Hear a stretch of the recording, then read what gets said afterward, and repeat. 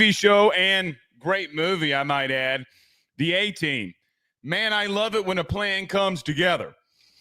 Last night, we had a discussion. Was LSU going to win, basically, in a nutshell, win a battle to land their tight ends coach, the guy that they had been targeting and run game coordinator, Alex Atkins? I had my doubts. LSU did not disappoint. Alex Atkins is going to be the new run game coordinator and the tight ends coach. Boy, if you were listening to this show a week ago today, maybe I had on a different colored hat tonight than I did a week ago from today. We're going to share with you what we talked about then, along with Lance Guidry, who's going to be coming in. We'll dive into that one a little bit more. You were warned. And probably warned is a bad way of putting it, right? Like, it was, you were advised, like you were given a heads up that this was going to be going on. By the way, as the great Marcus Peters once said, I don't think you're done yet. Can LSU continue to hire some analysts? We will discuss that. So we're going to talk Alex Atkins. What does it mean? Why have I been pushing for Alex Atkins for over the last 3 weeks? We'll touch on that. We'll give you some feedback from what we talked about last week and continue to build off of the Lance Guidry hire along with Alex Atkins. So we're going to dive into that tonight. We'll get to hashtag Ask Blake. I got to get out of here a little bit before 6. We had to move our time up. I am not going to be going during an LSU men and women's basketball that we will preview. LSU takes on number 1 Auburn tonight. We were able to go a little bit sooner than normal. Sorry for the difference in time. If you're rewatching this, welcome in. But we will do an Ask Blake. We will preview. Got lots and lots of things from an LSU perspective to get here to tonight. Cato 901 says 901 is in the building. Is that Memphis? Is that a greater Memphis area? If it is, you got to love it. Grimes with arguably the best comment so far this week. Blake, please never change your theme music. It's a staple. Guys, I tell you this, and thank you, Grimes, for saying that.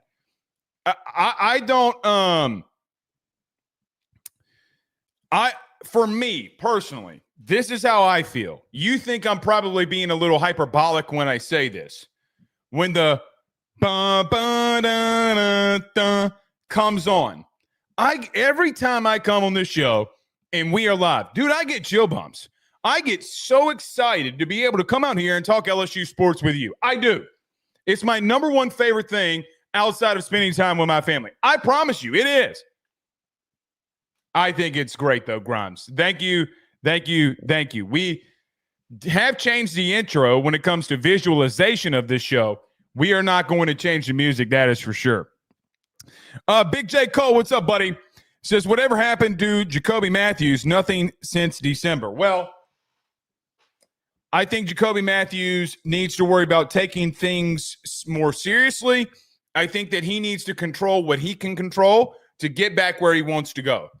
I'm going to let you read through the tea leaves on that one. Listen, man, it's not that difficult in the SEC to be academically ready. It would seem as if that may be a case. So we'll see. I hope that he can. I really, really do hope that he can find his way into a really good program. Lance on Facebook says, let's go, Blake. You might now know my cousin, Tina Nzena. I know the Nzena family. I am really bad with, like, name, face recognition. The Nzenas out in either La Ronge or in Independence, I do know them. The Italians know one another. We have a community. We have a meeting once a month to talk about Italian things. We call it the commission. Now we're getting a little too far. I do not know. I need to put name to face. Very possible. Andrew says coaching staff is something serious. We're going to talk about that tonight. We were at Service Hawk today, and look, we're going to more than likely have Wilson Alexander on tomorrow. So I'm not going to spoil like what we're going to talk about here tonight or tomorrow. Tonight, Wilson and I have been in discussions about this for probably the last 4 or 5 days about this going through. The time that a week ago today, and when we went on the show before the national championship game, we talked about it. And then a week ago today, we talked about it at great length, which you'll see some clips in here tonight from that that the team got for me, which I greatly appreciate. But the reason we didn't post that a lot of that yet is because things had not been finalized. Wilson Alexander of The Advocate is now reporting that things have been finalized when it comes to Alex Atkins. So, yeah, we're going to discuss that. But we're going to try to get Wilson Alexander on here tomorrow. That is for sure. Rob Boudreaux's in the 337 Kaplan, Louisiana stand-up, but on the move heading to the Pecan Island for the last 2 days of duck hunting. Yeah, man, one of y'all are going to have to hit me up on social media and DM me or text me or whatever and say, hey, Blake, I want to take you duck hunting. You're going to have to do it, man. You're going to have to do it. Rob, I hope you have fun. Chris Lomax says, I do too because you're best at your job. I don't know if I'm the best. I try to be. We've come a long way. We've talked about it a lot. We're going to talk about it here tonight if you're talking about the coaching search. David's in the 501 Sherwood, Arkansas, but from the 318, 3-1 great. Terry Delahousse is in the 337. That B. You got to love it, man. You absolutely got to love it. Chris Kimball is in the 662 Tupelo, Mississippi. Brian Kelly was in Tupelo, Mississippi last week as well. Jason Wilson, what's up, man? Says, I live in Collierville, technically, but still 901 as well. My father-in-law, God rest him, also, if I'm not mistaken, lived there as well. He lived there as well. Like Germantown is all up in that Memphis area. Great. I love Collierville. I think I've been once, twice. It's a really, really, really great place. Christopher Westbrook says, let's go. The 501 is in the building, but via the 318. The 3-1 great. You got to love it, man.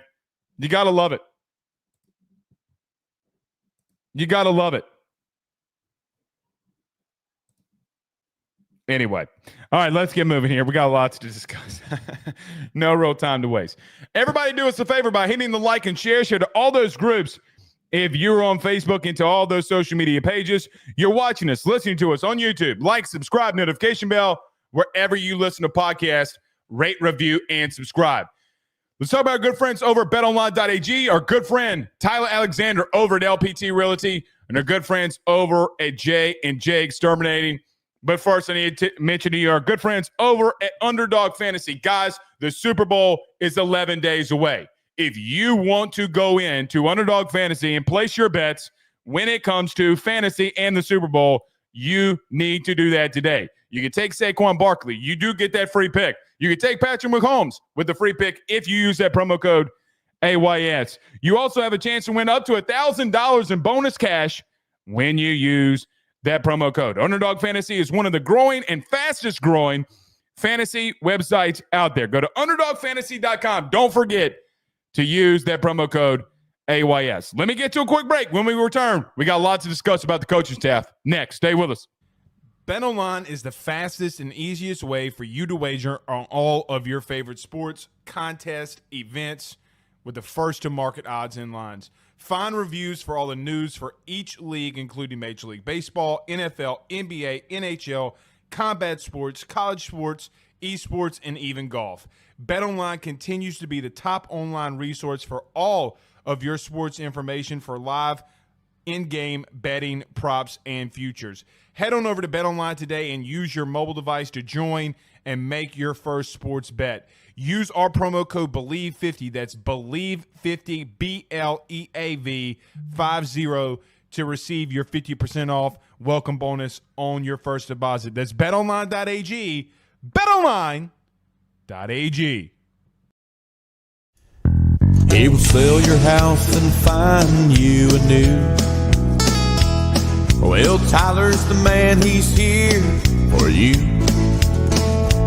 If you want to buy or sell, well, it's not too late. Dial 955-0008. Just call 955-0008. Call Tyler, he'll shoot you straight. Louisiana is unique. The food, the festivals, even the bugs. No, not mud bugs. Unwanted bugs like these. The ones you don't want crawling in your home or business. Trust the Shield from J&J Exterminating. We've been protecting Louisiana homes for over 50 years, earning the trust of our clients because we deliver what we promise. Protect your home from pests. Get the Shield from J&J Exterminating. J&J Exterminating. J&J has protected Louisiana homes and businesses for over 60 years. Call him today, make the pests go away. J&J Exterminating. Yeah.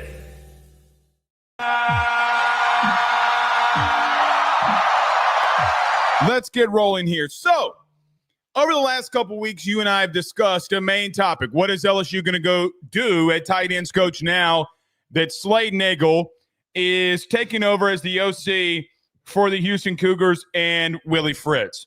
There have been a lot of things that we have discussed in the area that I would go in. I'm not going to say that I didn't have some sourcing behind it, and I'm not going to say that I did not have some people chirping in my ear behind it in reference when it came to Alex Atkins. But it remains the same that I think that LSU and Brian Kelly, for what it's worth, 100% made the right move in hiring Alex Atkins. You have got to be better in the running game. The reason that the title of this episode was Home Run Hire ? In reference to Alex Atkins was because I think that having an established running game, something that you have not had in the 3 years that since Brian Kelly has been here, could benefit you in such a massive light. Now, 2022, you had one, but you did not have it consistently over the last 2 seasons. You have to bring in a guy that literally knows what he's doing there from a run game standpoint, from an offensive line and tight end standpoint, when it comes to running the football. Now, I do think Alex Atkins, for what it's worth, is arguably and probably going to get some assistance, help, whatever, when it comes to route running and things when it comes to the tight end room. I'm not saying that he can't do it in and of itself right now. But what I do know is it won't be the first time that Alex Atkins, number one, has been in the room. Number two, has directed what he needed to do at tight ends. Number three, is recruited at a high level at tight end. You should remember, because in 2023, he recruited that position group in the portal and absolutely dominated you from that position. What Alex Atkins brings is a knowledge and consistency of what you want to do in the running game. Look, Alex has had multiple stops in his career. He's actually been at Tulane, but he started off his coaching career at Tennessee Martin, where he played as the tight ends coach in 2008. Well, Blake, that's a long time ago. And you're right, it is a long time ago. But guys, when I was graduating high school, coming up close to over 15 years now, when I was graduating high school, this man was literally, because I graduated in 2008, I probably was my first semester at Southeastern. But when this man in 2008 was a position coach at Tennessee Martin, he was at tight ends. He would continue to move up and down the ranks as an offensive coordinator, O-line coach, before he became the assistant head coach, run game coordinator, and offensive line coach at Tulane. This is also not the first time that Alex Atkins has been in a position where he's been over the run game principles and what you're trying to do and establish in the running game. I mean, he's been an offensive coordinator, so of course he's been able to do that. But in this specific role, you're not hiring a guy that has not been in this position and that has not been, or that this will not be new to him. It's not going to be new to him. You have got to get all the help that you can on specifically what you need to do in the running game. I know it's exhausting. I know you've heard me talk about it a lot. But one thing is for certain. If you are not, from a coaching perspective, outside of your head coach, going to be there or not have a quarterback that is as special as Jaden Daniels to run the football, you are going to be in trouble and you're not going to get where you want to go. Harlan Berry, Caden Durham, God bless if Caleb Jackson gets moving. You are not going to get where you need to go. You have got to be better there. I'm sure and this is key, I'm sure as details and things continue to come out about this Alex Atkins hire, per Wilson Alexander, if you're just watching the clip and you didn't hear the beginning of the show, per Wilson Alexander, this deal being finalized, this is a massive hire the way that I see it. You have a guy in Joe Sloan who comes from a system that is literally been perfected at times, even at Louisiana Tech when they were there, of what you want to do in the passing game. Bringing in somebody whose biggest strength is knowing what to need to do in the running game is a massive plus. There is a caveat that some people threw in my direction today that I just don't really care about at this current moment because of how big of a need that you have in the running game. And that was that there was a show cause placed on Alex Atkins when he was at Florida State because of improper contact in recruiting.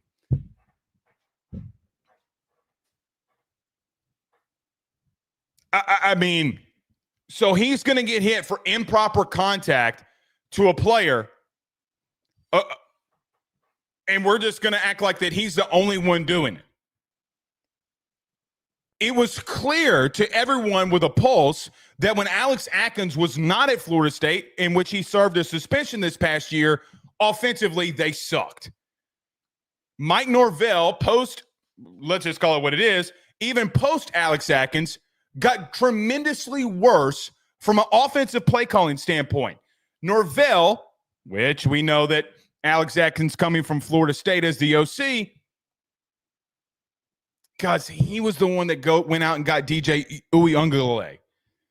He tried to mold the offense the way that he saw fit, and he missed. So, Alex Atkins, being the former Florida State offensive coordinator, had a lot of great moments. You know, I tweeted this today. In 2022, as a team, Florida State averaged 213 yards on the ground. The following year, when they were 13-1, before Jordan Travis got hurt, they're averaging around 160 to 170 yards on the ground per game. It's what you need to be able to be not only to win the SEC, but just stay highly more competitive in the SEC. You got to line up and run the football. We have talked about this for weeks. I don't think that there's a better addition that you could have for tight end and what your current need is offensively than Alex Atkins. He checks all the boxes. Really good recruiter. Check. By the way, beat you for Solomon Thomas, not once but twice. You get Solomon Thomas now, but here comes Alex Atkins. Really, really good in the play calling of what he does in the running game. You should remember, he dominated you twice. Now, if they're going to go full on Alex Atkins and him being involved in the running game, you can expect a lot of counter run. We will have a lot of time to talk about that, especially during spring. But he checks every single box that you need. Now, I don't want to even call it concern. The only question that I have is that you have multiple tight ends in that room that are really, really good or have the potential of being very, very good in the passing game. I'm not so sure what you have to do to elevate them. I think they'll continue to get better. Bauer Sharp, Donovan Green, and clearly Trey'Daz Green. All three guys have a very large, very, very large understanding and wingspan and all of the things that you need, acceleration, jump, whatever. They are really good when they got the football in their hands. They all have massive upside. The question had always been to me, when you get to that room, is there someone there that can help them formulate being on the end line of scrimmage? That was a massive struggle for you a year ago. Slay Nagel, for what it's worth, being that position coach, guys did not develop on the end line of scrimmage other than Mason Taylor, who's a different situation. But when you bring in Trey'Daz Green, when you're bringing in these other guys, you would go in with 12 personnel with Kamori and Pimpton, and it would not help you. It would not help you at all. Now you're bringing a former OC from Florida State, tight end coach, O-line coach, run game coordinator that can help them and develop them at that position. I don't like using the word home run hire. I think we have to see how that plays out. But when it comes down to a box being checked on everything that you need, there's not anybody else there that I think that you could have gone and gotten. Now, he's not the only one that we talked about. The other person that we didn't bring up his name, but the other thing that we talked about for LSU and coaching staff was what they're going to do in the analyst role. Lance Gidger was announced last night. We talked about it for a very small bit on the live show. But if we're being honest about where things stand, from a staff perspective, you are knocking it out of the park, in my humble opinion. I don't like saying that because normally when that happens, it doesn't go the way that you think. But I look at the defensive staff with you bringing in Lance Gidry, and I'm like, hey, man, you have Kevin Peoples, Bo Davis, Blake Baker, Corey Raymond, Jake Olson, and Lance Gidry. From a staff perspective, I would trust your defensive staff more than anybody. Then I look at offense. There are some questions that they have to answer. 100% has got to answer. I've seen Cortez Hankton develop wide receivers. I see the development of how Kyron Lacey progressed, how Aaron Anderson progressed. Quite frankly, I saw how BTJ progressed. I think as a staff, you're knocking it out of the park. But you were warned that this could be happening. You were warned that these moves could be happening, even when it came to Lance Gidry. Don't take it from me. Actually, probably you should take it from me. This was us a week ago today. Brian Kelly's had some shakeups in the recruiting department, and some different things have changed along and will continue to change along in there from what I hear. I think that Brian Kelly's role right now, regardless, and I do think that some of these things are going to be announced relatively within the week. I do think that Brian Kelly has a very interesting decision to make here. I think that these analysts and these guys that are off-field roles, quote unquote, are bigger now than they have ever been. These off-field analysts are non-true position coaches, now can be at practice coaching players throughout the practice. Any coaching staff that you will talk to around the country will tell you that the analysts that are around them are a big thing, are a big factor in the success of what they have. We've heard Steve Sarkisian talk about it. We've heard Lane Kiffin talk about it.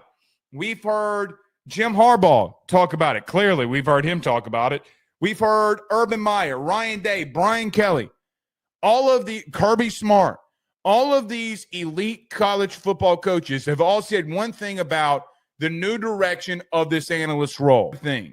I do think that there are some ex-coordinators that are out there that LSU has talked to that could potentially come here. But it's basically I think that Nick Saban was a little ahead of his time in doing this, but now it's even more of a magnified scale of being able to go out and get analysts who can really help your program and team. Never been a bigger deal for college athletics and college coaching to have one of these analyst roles and fill them with the right people than it is right now. If I'm Blake Baker, I'm going after other coordinators that have the same philosophies that I do. Or Brian Kelly, regardless if he said it on the podium or not, that his actions led to that he had to bring out and bust out a play sheet and start going through and helping with play calling. Tendencies is what he called it. Helping with tendencies. Basically, which translates to he's helping in the running game. First and foremost, regardless of who LSU hires at tight ends coach, the number one thing that they got to do is go and get a guy that understands the run game better than anybody on that staff outside of Brian Kelly. It's the number one move that I'm making. Even if you want to have a run game coordinator that is calling plays in the running game, that's fine with me. I really don't care. We've already seen that have to happen, and it started with Florida literally 7-8 weeks ago. It needs to continue. Who would you hire as a tight ends coach? Someone that can call plays running the football, or someone who has a vast knowledge of the running game and will take over it right now, because I don't think you're good enough. Now, I said this last week, and I'm going to warn you again because I've had a whole weekend to think about it. 104th in the running game is not being negative. It's realistic. And if you're not realistically understanding that for yourself, that you're not going to win shit until you get that better, it's not on me. But the bottom line remains, I'm going a guy like Alex Atkins. I'm throwing a name out there. I think if you did hire a guy like Alex Atkins, it'd be a home run. That was a week ago today. So within the week, you have Lance Guidry. You're bringing him in. You have Alex Atkins, per Wilson Alexander again, that deal being finalized. I don't think that you could have done better based off of the needs of your team than what Brian Kelly has done in these two additions. It starts getting to a place where you start asking the questions of just how good is this staff, just how good is this personnel, and what is your realistic expectations for this? Now, I had somebody today in media, Cole Thompson, brought this to my attention. Like, hey, Blake, now when you're making these moves, you have two coordinators that we talked about in the clip just then, but you have two coordinators, ex-coordinators that you're bringing in, one for an analyst role and another for a tight end position coach, which quite honestly is not going to be equal and is clearly not the same. You're running out of excuses. The staff is what the staff is. I would go to war and have a debate with anybody at just how good this staff is and what the potential could be. Personnel-wise, I think that's a different thing and a different topic and a different situation. But the minds of play calling, the minds of what you need to do to win in this league, you are hiring those dudes. I think Alex Atkins, as an example, coming in is a massive deal. One other thing, let's talk about what Alex Atkins does and how you would notice if he's massively involved. Guys, you're going to run counter. You're going to run power counter. You're going to do so many different things to get offensive linemen out in space, and you're going to run the football at an effective rate. In 2022, Florida State ran the ball 40 times a game. Feed that in my veins. Now, I do not believe under Joe Sloan fully that you are going to do that. But a former offensive line guy, a former coordinator that will line up and run the ball to win games and be good and beat you, as an example, it's what they're doing, and it's what he did. I love the move, man. I 1,000% love the move. I really don't know of another avenue that would have been realistic for Brian Kelly to have gone in other than this one that I would have liked more. Alex Atkins is a very good, staunch and really good recruiter. He is a guy that, let's just say hypothetically, Joe Sloan's name was brought up in a lot of, I think, the ECU job and others. If you do move on or he moves on, there's a guy right there in Alex Atkins that you could promote. I brought up in the clip that you just showed, Saban being a little bit before his time. Guys, the philosophy is now just on another level of what you can do. Blake Tulane job opens up for whatever reason. Blake Baker moves on. He wants to go back home to Tulane. He wants to take over, wants to become a head coach. Lance Guidry is there. This is how programs win. It's how programs win. The first time that Texas made a playoff, the lead assistant to Steve Sarkisian, Gary Patterson, the former TCU coach, another set of eyes that can lean in on how a coordinator sees it. That could be Alex Atkins to Joe Sloan, and it certainly is going to be what Lance Guidry is to Blake Baker. One thing is for sure, too, that I need to mention. There have been, and you're going to see some Florida State fans talking ill about Alex Atkins. There is I love college football. There are some fan bases that can become unhinged. Florida State is one of them. We are one of them, by the way. Don't think that we're not. We can be one of them. They will throw the Alex Atkins O-line development problem in your face. It's not all on him. Mike Norvell had a specific way of how he wanted to go and build his team. It did not work. They wanted to go portal. They did not want to develop through high school. Quite frankly, Alex Atkins was not on the boat on that, as we've seen. You got to dominate through high school recruiting and have that as your base. Recruiting, run game guy that can teach a tight end room that really needs assistance and development on the end line of scrimmage and blocking. Check, check, check. I am intrigued to see what happens from a pass game standpoint. And I don't know if Alex Atkins needs that assistance from anyone, being and seeing how good Florida State had been and was at that in that position group and at tight end. Tip of the cap to Brian Kelly. Tip of the cap. I think it's absolutely astronomical what you've pulled off. Last night, I felt as if this move would not get finalized. There were other teams, there were other places that wanted Alex Atkins and came heavy after him. You held them off, and you did what LSU does do.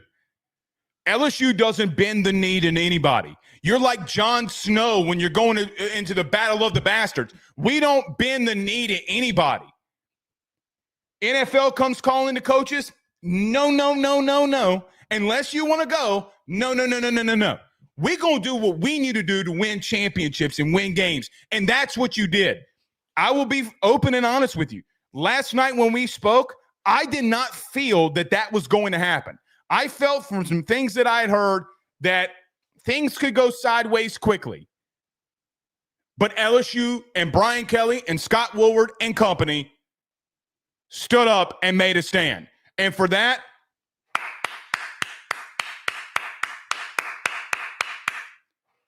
welcome to the party, pal. Welcome to the party. I was asked today, kind of a little off topic, but not really. I was asked a little bit today about Brian Kelly and some of these moves that he's made. Since the Bryce Underwood debacle, I've seen a different, not even on the road in recruiting. We talked about that last week too, or on Monday too, I think. I've seen a difference in how LSU perceives themselves, number one, their attention to detail, number two, how they're going about adding talent, number three, and just the overall mentality of what they're going to do. You want to come in here and take somebody of ours? You want to come in here and take one of our recruits? STTDB. I don't know what has been the shift in the mentality, but it certainly has happened. Missing will do that. The last time that I had that feeling, the last time of, hey, man, we're going to go out there and act like we're LSU because we are, was 2017, 2018-ish, when LSU misses out on Devonta Smith. They miss out on Ismail Sobcher. One of them won a Heisman. The other one, I have no idea what he's doing. But you remember those processes. And, oh, man, here we go. Here we go. This isn't any good. It actually turned out to be pretty damn good. It is ironic that normally and historically when LSU misses, things start to turn. But it is very familiar. Another thing. You just hired two coordinators, an offensive coordinator and a defensive coordinator from the ACC. In week one, you play Clemson. Talk about wanting to get that monkey off your back. I don't know if there's any coaches that were ex-coordinators that you could have gotten that would have known more about Clemson than Alex Atkins as an opponent than Alex Atkins and Lance Guidry. I don't know if they exist, that you relatively and realistically could have gotten. I don't think that they exist. They have a head start on what Clemson wants to do, personnel, everything.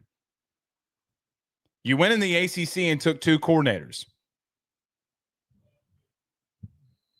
Both of them were let go, and I understand that. But talk about going into environment. Talk about having knowledge to give to your head coach on what to expect and what to do. There is no more than that. All right, so we talked a lot about Alex Atkins. Just very quickly, I want to say this before we move to Lance Guidry very quickly. In 2008, Alex Atkins did coach the tight ends at Tennessee Martin. In 2016 through 2018, was the running game coordinator at Tulane, along with being the assistant head coach and the offensive line coach and the recruiting coordinator. In 2020 to 2021, he took over as the offensive line coach at Florida State. From 2022 to 2024, he was promoted as the Florida State offensive coordinator the years that they had their biggest success. So that is a little bit to note about Alex Atkins and his resume. I want to move to Lance Guidry because Carter and I talked about Lance a little bit yesterday when the news was breaking.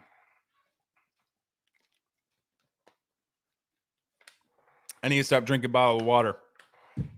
All those microplastics.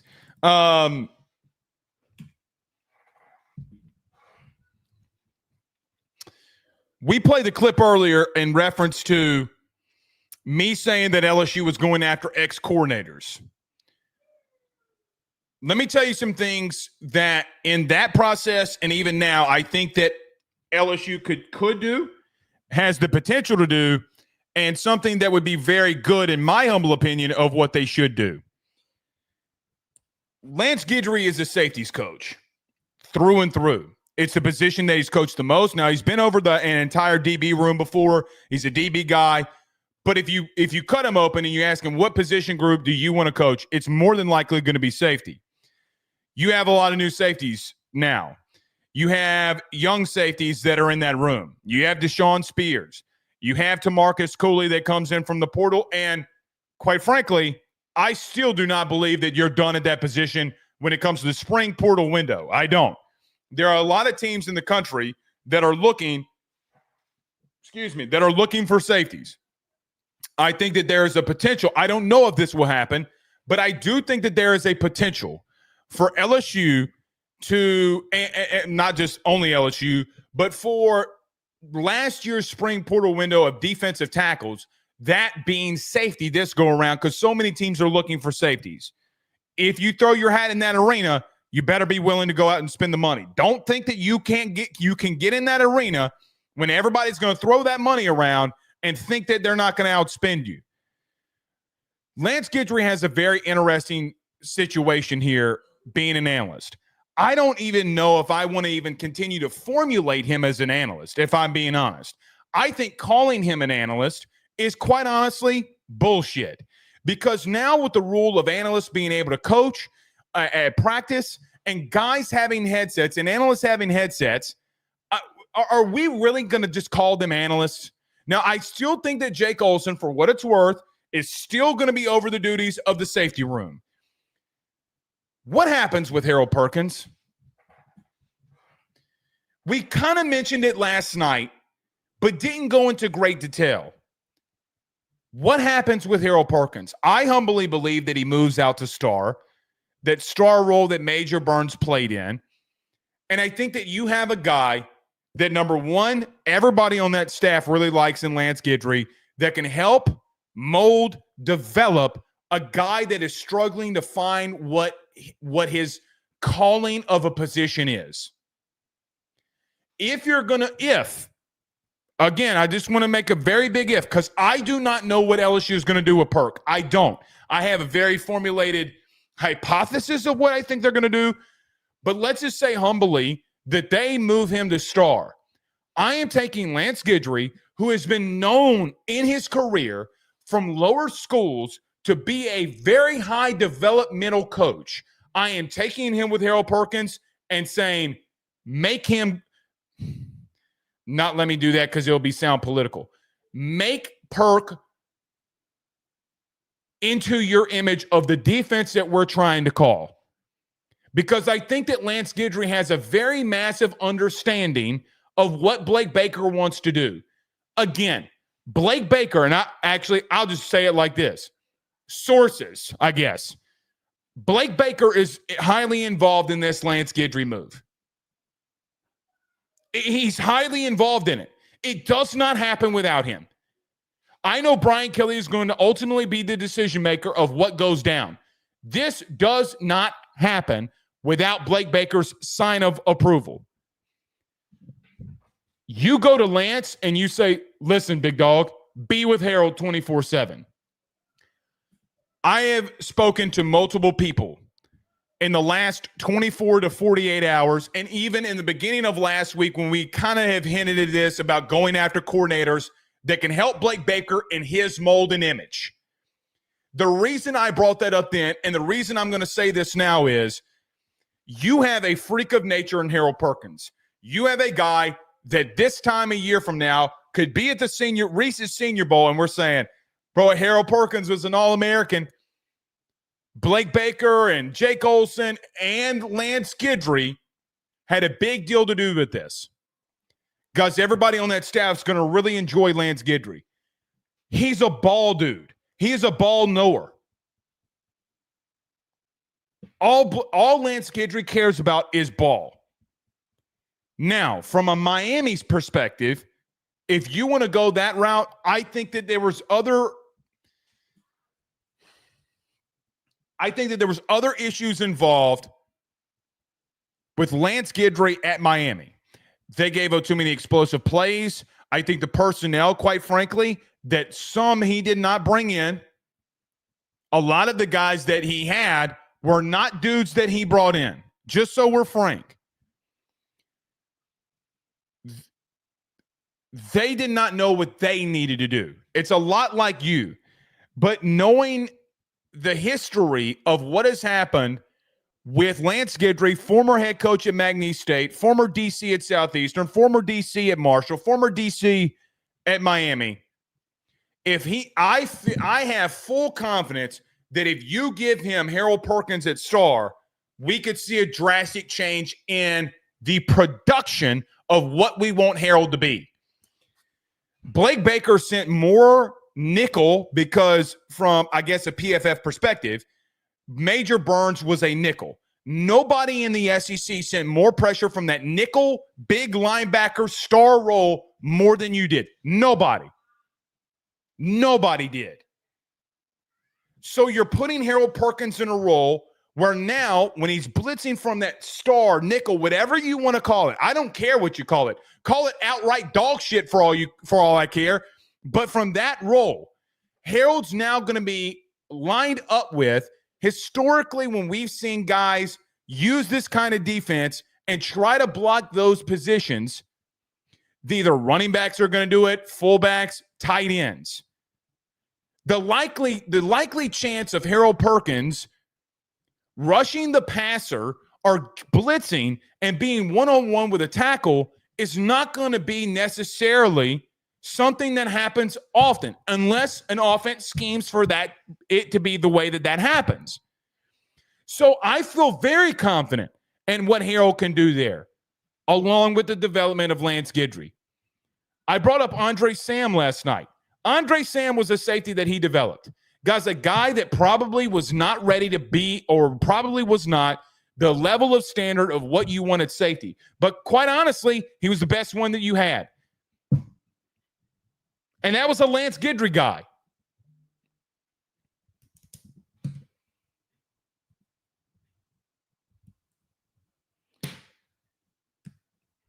He could ultimately take over at safety. And there will not be, I promise you this,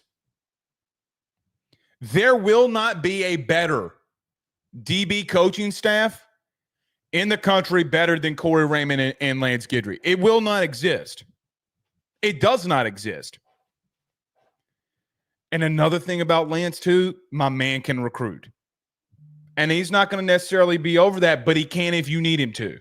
So if you got to move on from Jake Olson in any way, you have somebody there that can take over right then and there. I think it's phenomenal. So from a staff perspective, from a personnel perspective, I think the hires that LSU are made and are making with Alex Atkins and Lance Guidry are the beneficial needs of what you need going into 2025 for your team. I feel like LSU is Barry Bonds' Giants 73-run homer season going up there and I think Brian Kelly knocked this one out of the park. I really do. I really, really, really do. Good on him, man. Good on him. Because it's a really, really good hire. All right. I was going to say this as a joke. So Spectrum Wellcare says, make Perk great again. I don't necessarily I didn't want to say that because it'd be too political. I'm trying to make a joke here. And I know how it would land. But you get what I'm trying to say. At least Spectrum Wellcare did. Nola P says, watch Perk be a straight up safety and ball out. I do not know. I don't know if he's an outright safety. Like I have heard people. Let's talk about this. And Nola P, I think this is a fantastic point to bring up as we're bringing up the Perk situation. I do not believe that Perk is a strong or free safety. I think he would get abused. Guys, you're talking about him at 220-ish pounds having to cover a third of the field. It's not his game. What Blake Baker wants to do, and if Lance Guidry is involved in helping that position and helping mold him, by all means, put him at star. If you're going to – and Nola P, let me just bring this up too. Who is that star right now? Like, who's there?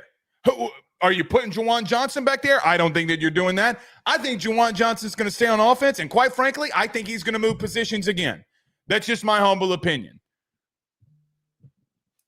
But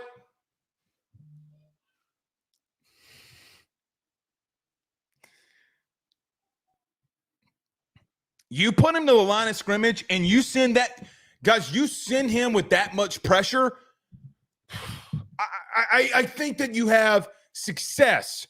I think based off of what you needed. This is how I would explain it.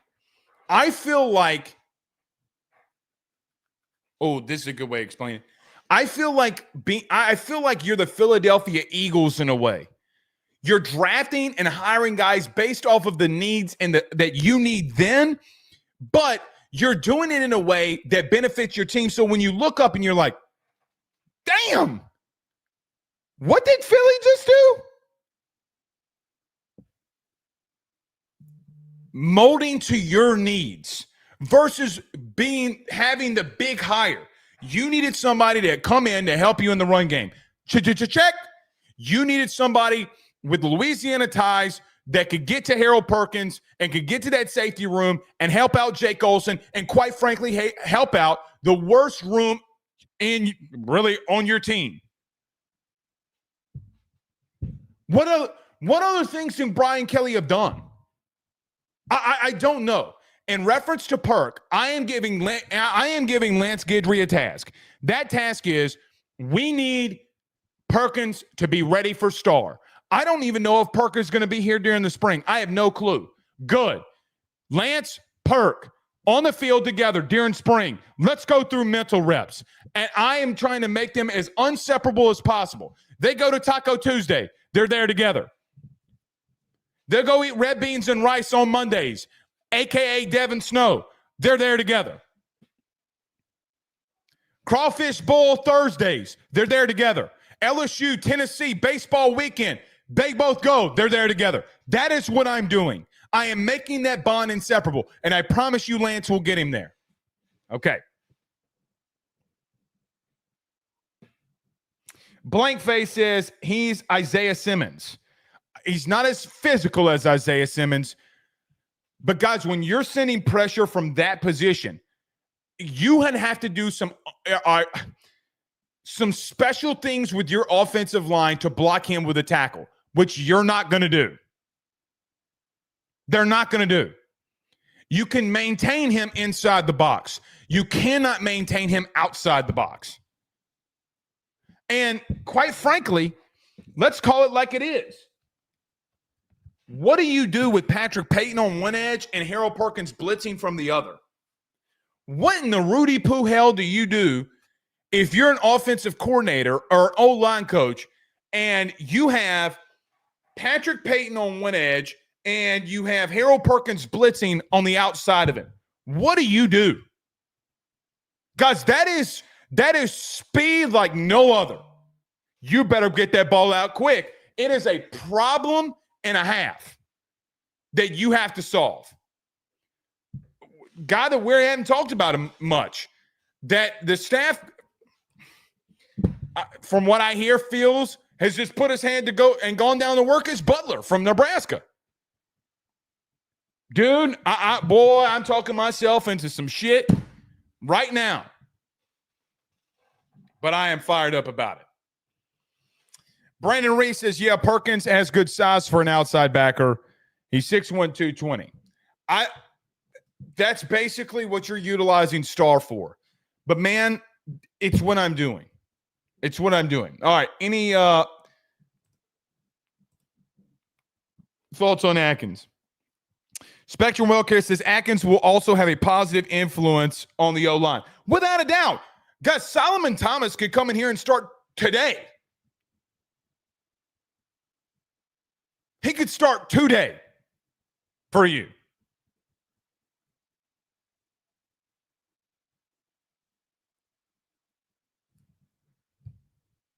Guys, you got to get – listen to me. Listen to you, boy. Here's a promise. I'm going to stop with the run game talk stuff. We got to talk about this, though. Guys, quite frankly, you need all the help that you can get. You have hired and have two of some of the best recruiters and best run game minds that you have. Brian Kelly, Alex Atkins. Tell Brad Davis to go out there and recruit, and let's line up and go punch somebody in their shit. I promise you this. If LSU does that, if Brad Davis, which this has got to put pressure on him, it's got to put, brother, you're hiring another O-line coach. We're putting pressure on everybody. Pressure makes diamonds. So let's see what happens. Let's go out there and knock somebody's teeth in. I am intrigued to see what happens from a receiving game aspect. I mean, how many weapons do you need? I think Trey Dez is the most athletically gifted tight end in the SEC, if not the country.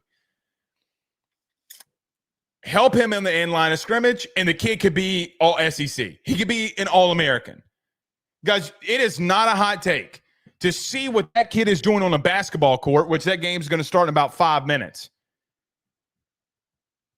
It's you see it, I see it. Stevie Wonder in a bathroom with no lights on with a sheet over his head could see it.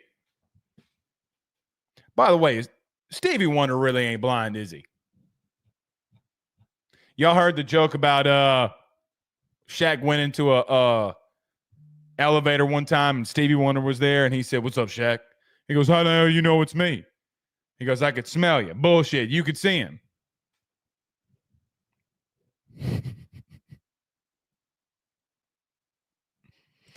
Kendall Jones says, every time the show comes on, I get hyped with the theme song. Unmatched, Blake. I agree. There's no better walkout song music than that one. All right, a couple more, then we got to get out of here. We were going to get to some other topics. We just ran a little long here. John Sibley Butler says, beat Auburn tonight. I will take just 4 made jumpers, 1 3-pointer.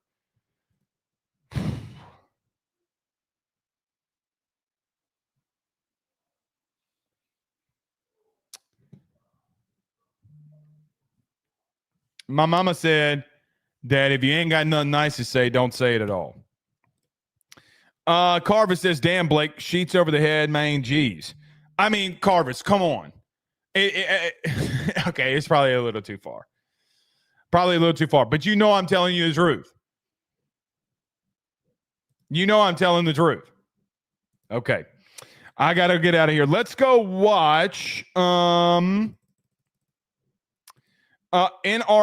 Williams says Guidry had him at star. James Williams, my comp. Good.